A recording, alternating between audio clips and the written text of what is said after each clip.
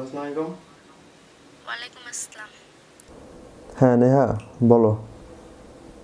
কি করছো? এই তো কবিতা লেখার চেষ্টা করতেছি। ওয়াও, কবিতাটা কার জন্য? আমার জন্য লিখছো বুঝি? না, আগামীকাল তো 21শে ফেব্রুয়ারি, তাই ভাষা শহীদদের জন্য কিছু একটা লেখার চেষ্টা করতেছিলাম। কি, গত 3টা বছরে তুমি যেখানে আমার জন্য এক লাইন রোমান্টিক কথা লিখো নাই, সেই তুমি কিনা আজ ভাষা সাহিত্যের জন্য কবিতা লিখছো? তো তুমি এভাবে কথা বলছো কেন আমার সাথে? তুমি কি আমার উপর রাগ দেখাচ্ছো? তাছাড়া আমি আর তুমি দুদিন আগে থেকে প্ল্যান করে রেখেছি, কাল সারাটা দিন আমরা একসাথে কাটাবো, একসাথে ঘুরবো। আর আজ তুমি কিনা।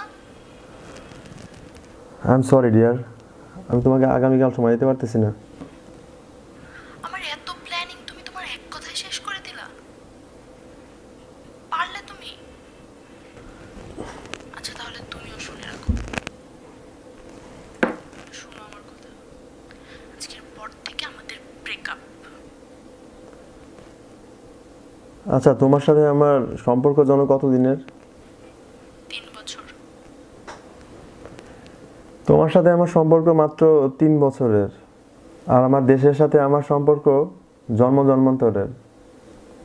জন্ম নিয়েছি এই দেশে, আর মৃত্যুর পরে আমার লাশের শেষ স্থানটাও হয়তোবা আমার এই জন্মভূমিতেই হবে। আর গত 3 বছরে তোমার সাথে আমি কি বা করি নাই, তোমার কোন আবদারটা আমি রাখি নাই। আর আজ সামান্য একটা এক্সকিউজ দিয়ে তুমি 1 সেকেন্ডের ভিতরে আমাদের সম্পর্কটা ব্রেকআপ করে দিলা।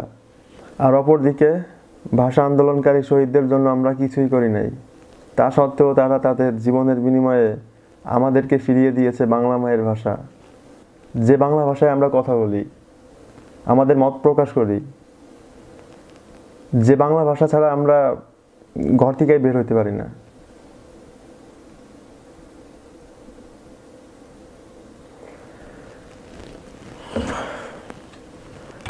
যাই হোক, যে দেশপ্রেম বুঝে না তার সাথে কোনো কমিটমেন্টে না থাকাটাই মনে হয় ভালো।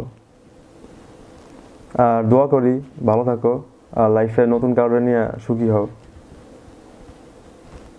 So by.